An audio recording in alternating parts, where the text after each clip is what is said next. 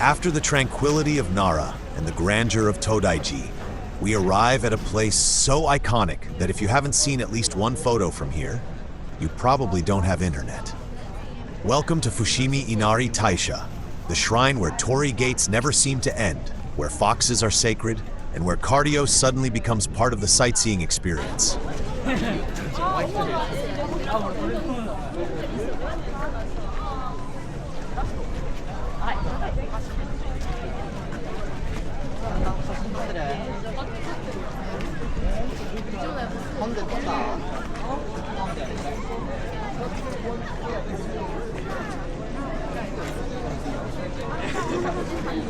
Right from the main Ro-mon Gate, you're greeted by the Kitsune, the fox messengers of the deity Inari Ōkami, protector of rice, harvests, prosperity, and business.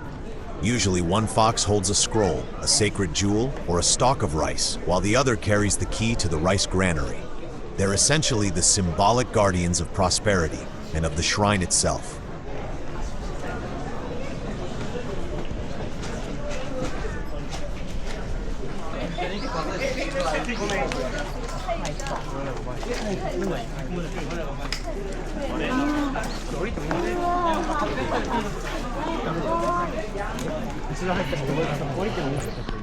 The real adventure begins at Senbon Torii, the famous corridor of Torii gates. There are roughly 10,000 torii winding up Mount Inari, forming a glowing red labyrinth.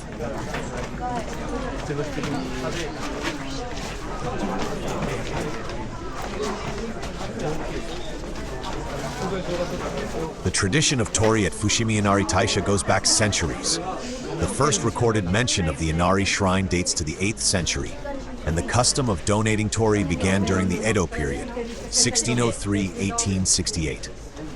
Each gate represents a donation to the deity Inari, the god of rice, prosperity, and business. Individuals or companies who donate a torii do so for good fortune, success, or in gratitude for blessings received. The simple structure, 2 vertical pillars and 2 horizontal beams, symbolizes stability and the harmony between heaven and earth.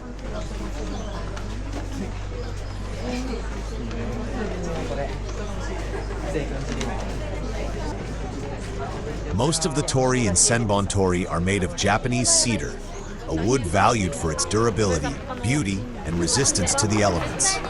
They're painted in a vibrant shade of vermilion, a color considered sacred in Shinto and believed to ward off evil. The inscriptions on each torii indicate the donor and the year the donation was made. And if you're wondering why some torii are massive and imposing while others are smaller and more delicate, the explanation is simple. The large torii are donated by companies or individuals who can afford substantial contributions, while the smaller, yet still impressive ones usually come from regular people.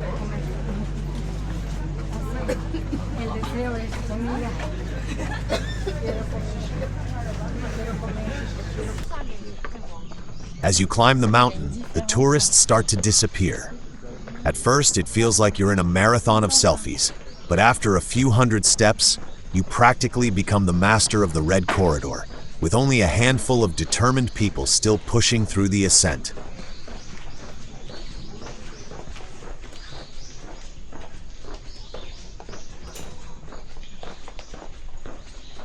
And beyond the impressive torii gates, another truly special part of the trail is the small traditional Shinto altars hidden among the trees. These altars, called Hokora, are dedicated to different manifestations of Inari and other local kami. In front of them, you'll often see stone foxes with red bibs, the messengers of Inari and guardians of prosperity and of this sacred mountain.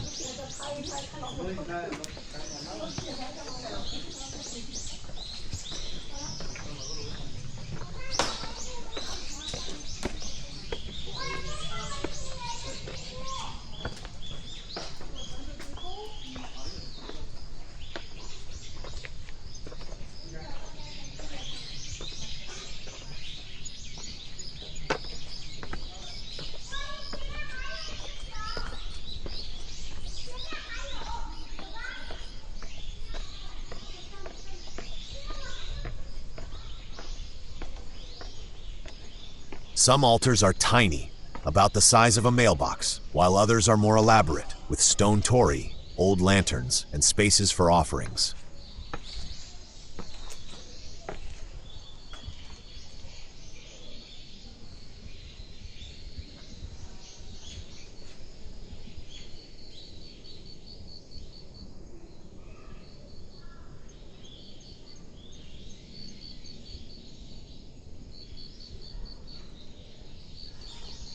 There isn't much left until the top. The summit of Mount Inari is home to Kami no Yashiro, a small complex of shrines dedicated to the highest form of Inari. But even though the peak isn't far, just a few more solid minutes of climbing, time isn't really on our side anymore. So, in true traveler fashion, after saying just a little bit more for the past half hour, we have to accept that this time we won't make it all the way up.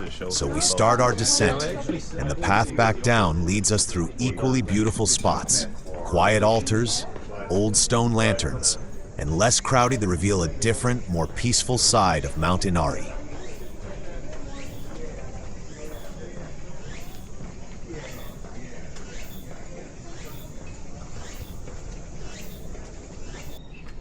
One of the most important sub-shrines of Fushimi Inari is Kumatakasha, a small yet highly revered spot. Many come here specifically to pray for safe travels, family protection, the fulfillment of wishes, and generally to overcome life's obstacles more easily, which is exactly what we all need after that climb.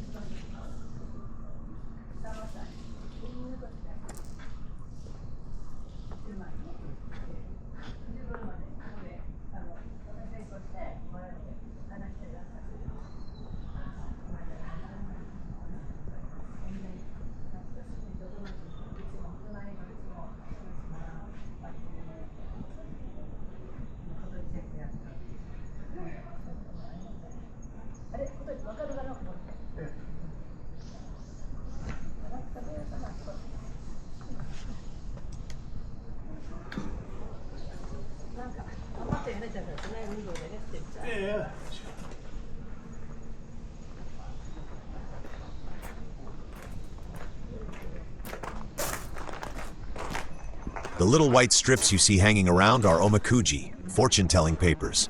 You buy one, unfold it, and discover your fortune. It can range from great luck to less fortunate outcomes, like bad luck, or better not insist. Essentially, the messages can go from everything will go perfectly today to it's better to stay put and not touch anything. If you draw a bad luck slip, tradition says to tie it here at the shrine so that the spirit of the place can block the misfortune before you take it with you. If it's great luck, you obviously keep it. After all, you wouldn't be crazy enough to leave it behind for someone else to take.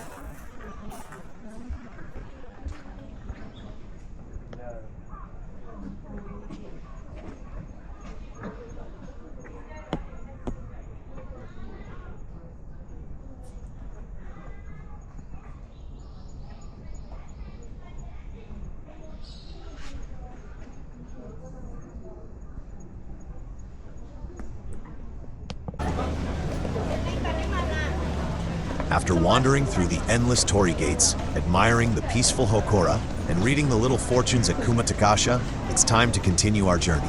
Next up is Kyoto, the city of Geiko and Maiko, where tradition comes alive on the streets, and every gesture, every kimono, tells a centuries-old story. Get ready to step into a world of elegance, color, and authentic customs.